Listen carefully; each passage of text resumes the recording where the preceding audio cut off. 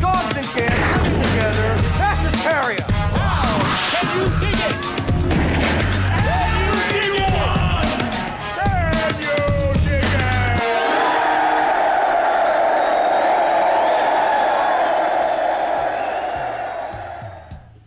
What's up, you sci-fi loving psychos, and welcome back to the Lucid Nightmare. I'm your host as always, Jay Schatzer. And today I have a very disturbing and very entertaining science fiction film lined up for us. It is Bruce Clark's 1981 cult classic flick. It is Galaxy of Terror, and this one is quite a sight. So let's get right into the review. Here is Galaxy of Terror. Galaxy of Terror is a super freaky and insatiably sleazy science fiction action horror amalgam, produced by the genre king Roger Corman, and steeped with enough low-budget wonder to make your head spin right off. Grotesque, grimy, and intrinsically disturbing psychological sci-fi frightener is an absolute blast thanks to its outstanding cast of colorful characters and its demented and wickedly cruel film persona. Drenched in morbid wonder and consumed with shocking moments, Galaxy of Terror is an intense and sinister science fiction horror production, and one that can't be unseen once witnessing it with your own two eyes. The film follows a motley crew aboard the spaceship Remus, as they are sent on a rescue mission to the planet Morganthus. Once there, their worst fears begin to come true, as wild visions and ghastly nightmares spring to life and begin brutally murdering the crew one by one. It appears that an unexplained power is emitting from a strange alien-like pyramid on the planet. But what monstrosities lie inside this otherworldly structure, and who will be left alive to find out the horrifying truth behind this foreboding planet of death? Filled with piss and vinegar and enough familiar genre faces to throw a stick at, the cast of Galaxy of Terror is a rather impressive bunch. Robust in numbers and even more sensational in cinematic cult classic pedigree. The actors and actresses of this wild picture go above and beyond in solidifying the horror of this undeniably strange and brutal science fiction flick. Maniacal and maddening, the scene stealers and frightened space cadets of this outrageously psychotic production are Edward Albert as Cabron, a mustached hotshot hero and dashing star fighter. Erin Moran as Aluma, a bashfully timid and extremely talented psi-sensitive hottie. Bernard Behrens as Ilvar, a long-in-the-tooth mission commander veteran and in-over-his-head leader.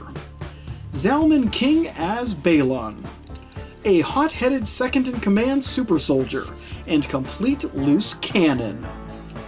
Grace Zabreski as Trantor, the strung-out and hard-nosed captain of the Remus and brash cosmonaut. Sid Haig as Kohod, a crystal ninja star throwing mute and total badass. Robert Englund as Ranger, a smart-ass technician and fervent survivor. Taffy O'Connell as Damia, a super sexy science officer and hater of slimy slugs. And finally, Ray Walston as Core, an elderly cook with a robotic and extremely cold demeanor.